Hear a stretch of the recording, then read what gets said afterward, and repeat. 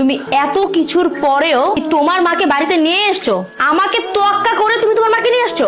তোমাকে কি তোয়াক্কা করবো? এই সংসারটা চালাই আমি, ইনকাম করি আমি। আমি 5 তলায় বসে এসির বাতাস খাবো, আর আমার মা রাস্তা রাস্তা চা বিক্রি করবে, ভিক্ষা করবে, সে গাছের নিচে থাকবে। দেখো, এই সংসারটা আমার, এই সংসারটা আমি মেনটেন করি, তাই আমি যা বলবো তাই হবে। আমি তোমার মাকে নিয়ে থাকবো না এই বাড়িতে। কে কার সাথে থাকবে বা না থাকবে এটা একান্ত ডিসাইড করব আমি। তুমি ডিসাইড করার কে? কে তুমি? আমি তোমার বউ। এই বাড়িটা আমার, আর এই সংসারটাও আমার। এই সংসারের সব দায়িত্ব আমি পালন করি, তুমি তো তেমন কিছুই করো না। সো আমি এই সংসারে যে ডিসিশন দিব সেটাই ফাইনাল।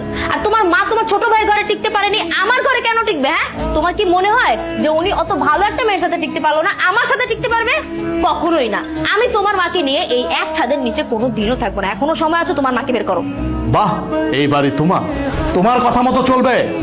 এই বাড়ি আমার, আমি আমার টাকায় কিনেছি, পরিশ্রমের টাকা দিয়ে কিনেছি। আর চাকরিটা করতেছি পরিশ্রম করে, কিন্তু চাকরি করে টাকা উপার্জন করে। হ্যাঁ, মানলাম তোমার বাবা আমাকে চাকরি দিয়েছে, সে অনেক সহযোগিতা করছে, আমি প্রয়োজনে তার টাকা দিয়ে দেবো।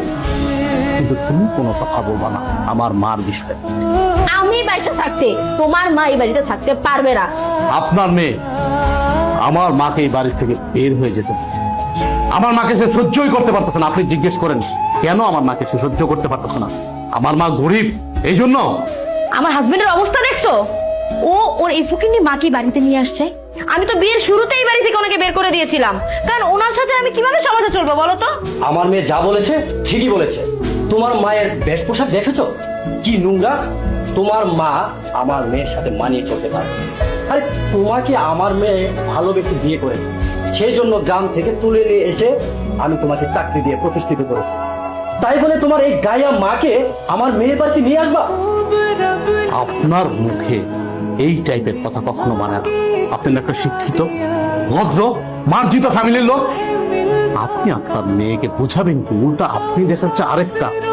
এখন বুঝতে পারছি আমার বউ, আপনার কারণে আমার বউ নষ্ট হচ্ছে। আপনার মতো বাবা যে ফ্যামিলিতে আছে, ওই ফ্যামিলিতে কখনো সুখ আসবে না। তো আমি আপনার সাথে বাড়াবাড়ি করতে চাচ্ছি না, কারণ আপনি আমার শ্বশুর।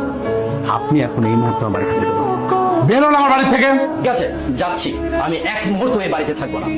মা তুই থাক, আমি চলে যাচ্ছি। ড্যাং ড্যাং করে সারাক্ষণ হাঁটতেই থাকেন ঘরের মধ্যে, কেন কাম কাজ চোখে দেখেন না? শরীর পাল্টাছেন বৈশা বৈশা। ধরেন এই যে বাজারে ব্যাগ আর টাকা, বাজারে যান, বাজার করে নিয়ে আসেন। মা তুমি বাজার করতে গেছিলাম বাজান। তুমি বাজার করতে